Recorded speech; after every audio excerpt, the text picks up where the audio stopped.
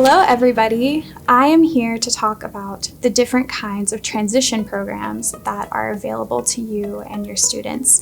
But before I do that, I want to talk about why transition programs matter.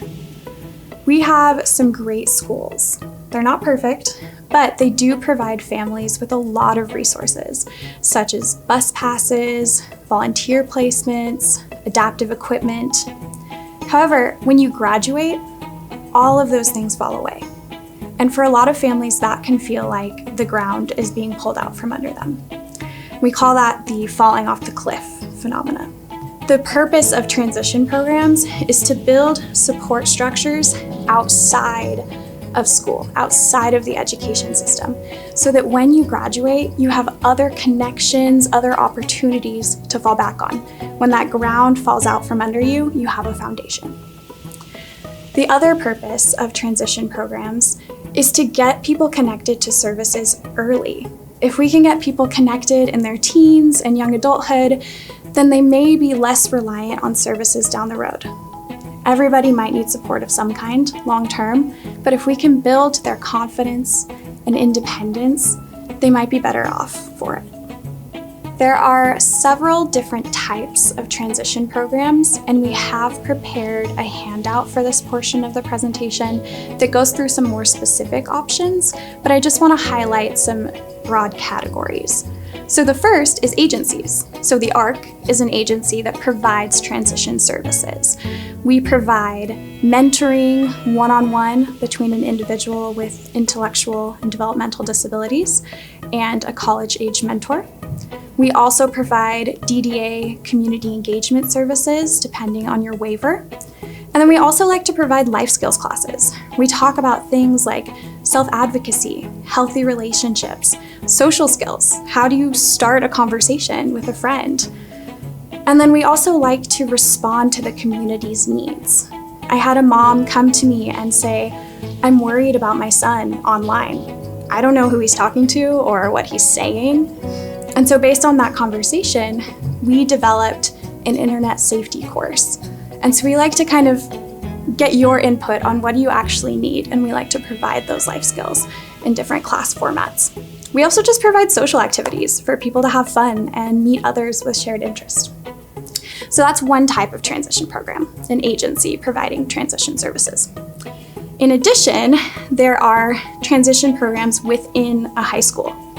So they will focus on things like independent living skills and job readiness training in a traditional classroom setting. There are also standalone programs similar to that aren't connected directly to a school. So programs like STEP or STAR, and again, they really focus on independent living, work readiness, connecting you to government services like DDA or DVR, helping you sign up for paratransit if that's something that's applicable to you, those kinds of things. And then the final type is a continuing education program. They really focus on simulating a college atmosphere for individuals with IDD specifically. So you choose which classes you want to do, and you go at different times, and it's just designed to increase academic employability and independent living skills.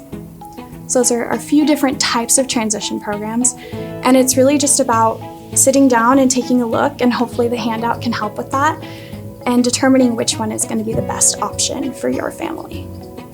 I also like to remind families that transitioning is more than just employment. Washington is an employment-first state, and so a lot of the focus is on getting people ready for the workforce, but that doesn't work for everyone. And even if it does, we still need connection to social groups and to our people in the community to give us that full and engaging life. So I wanted to highlight some different options that might be worth exploring for recreational opportunities.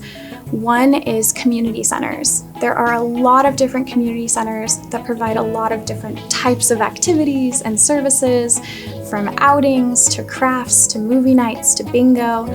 So I really encourage you to check those out in your area. In addition, think about active recreation. Are there Parks and Rec opportunities, YMCAs, anything in your area that can help your student to stay active and involved in the community if that's something that's important to them? And then think about the type of community. Are they more comfortable around other people with IDD, or would it be helpful to connect them with a more integrated community of people with and without disabilities? There are a lot of different options, so I encourage you to get to know your student even better and try out different things with them and see what they might enjoy. Figuring out how to find a community for your student, especially in a world that is not always the most accommodating, can be really overwhelming. And so I really encourage you, as you look into these different options, don't be afraid to ask questions. Don't be afraid to try things.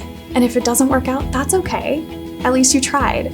Because you are, at the end of the day, the person that's going to kind of be a catalyst for your student and going to be an advocate for them and help them to advocate for themselves.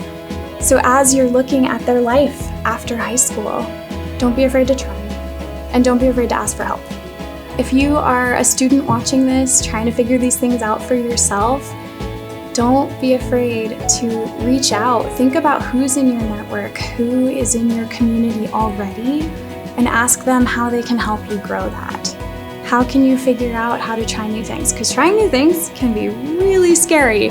So it's okay to ask a friend to go along with you to try out a community center, or ask your sibling, or even a teacher might be able to connect you with someone who could help you try things out.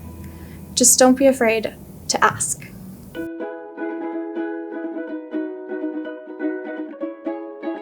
So I also like to highlight a few recreational options in Spokane for transition.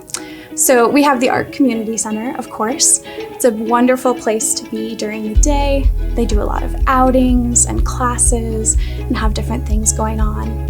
Another big one is Project ID. They provide a lot of evening programming, which is pretty unique in Spokane. A lot of things are daytime. So it's nice to have that option if you would rather do things in the evening, especially if you are working during the day. Another option is Spokane Parks and Rec. They have a department called Therapeutic Recreation Services that is specifically geared toward individuals with IDD. And they have really fun classes like line dancing or pickleball or powerlifting, just to help individuals stay active in the community. And then my final example for today is Side by Side, which is a nonprofit that really focuses on the integration of people with and without disabilities. They meet several times a week, they do gatherings, they do food together, they walk together, and then they also have some ministry aspects such as prayer circles. So there are a lot of different options out there to help your student find their people. And again, after they graduate, those things will still be there and they'll still be able to go and participate in those things. So the sooner we can get them connected with those, the better.